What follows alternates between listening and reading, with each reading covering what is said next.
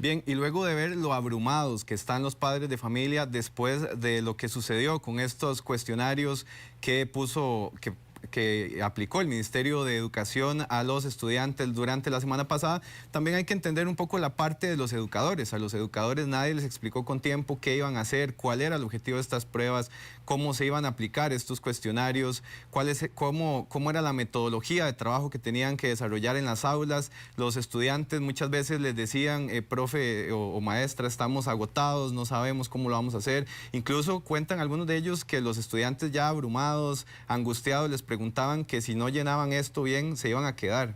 La pregunta era, ¿nos vamos a quedar después de no completar esto adecuadamente?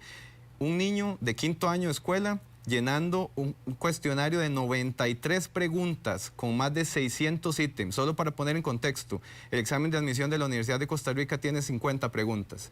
El Ministerio de Educación puso a niños de 5º año de escuela a responder 93 preguntas de más de 600 ítems donde tenían que llenar bolitas. Y esto básicamente se tradujo en mucha frustración para los educadores, y Mónica Hidalgo también conversó con ellos y reunió testimonios durante el fin de semana y los vemos a continuación. Estas son las pruebas que tienen indignados a un país entero. Preguntas como qué tipo de material tiene el techo de su casa, cómo se relaciona con sus compañeros y demás, hicieron que 70,000 niños de 5º grado de escuela se sintieran frustrados, ansiosos y hasta con ataques de estrés por la situación ocurrida en la aplicación de las pruebas FARO. Hay mucha presión del tiempo, no vamos a terminar, ¿qué vamos a hacer? La respuesta era hasta donde lleguen, no se preocupen. ¿Quién le ayudaba al estudiante a estudiar? Entonces, esa fue una situación que en mi caso un estudiante me levantó la mano y me dijo, profesora, yo siempre he estado solo. Y de hecho, el estudiante se sintió mal porque no podía marcar mamá, papá, tío o abuelo. Él siempre estuvo solo. Otro, por ejemplo, donde tenían que marcar el tipo o materiales del techo de la casa. Y estamos hablando muchas veces de estudiantes que son de sectores, ¿verdad?, urbano marginales, donde con costos tienen un techo en la casa. No conocíamos con exactitud, por ejemplo, qué era el entrepiso, a qué se referían con un entrepiso, a qué se referían con materiales de construcción, si ladrillos, bloc, el tipo de piso que tenía en la casa el estudiante, si contaba con computadora o no.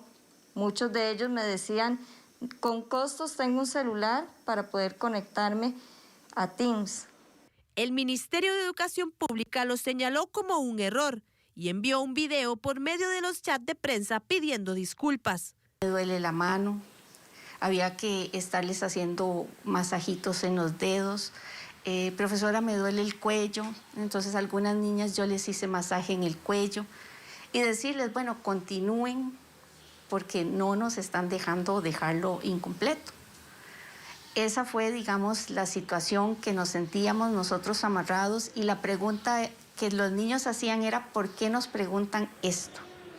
¿Por qué nos preguntan esto? ¿Para qué? ¿Cuál es el fin? Y nosotras sin poderles responder porque hasta ese momento estábamos conociendo también los cuestionarios. Otros estudiantes tenían problemas motores, entonces para estar rellenando círculos se notaba que ya no lograban los últimos círculos que tenían que rellenar, ellos no lograban rellenar el círculo. Estamos hablando de 621 círculos en total que tuvieron que rellenar el viernes, ¿verdad? Para los directores y docentes de los centros educativos, esto fue un atropello a la niñez. Sí fue agotador, para mí fue frustrante de no poder decirles, bueno, ya, detengámonos porque de todas formas esto está violentando. Yo como adulta lo vi así, estaba violentando, esa información muy sensible que ellos estaban dando y aún así no estaban entendiendo lo que estaba pasando, ¿verdad? Y la pregunta que nosotros nos hacíamos era, ¿quién hizo estos cuestionarios y con base a qué? O sea, es una persona que no tiene conocimientos en pedagogía, no tiene conocimientos en evaluación, no tiene conocimientos del desarrollo neurológico de un niño. ¿Quieren niños críticos? Bueno, aquí los tienen.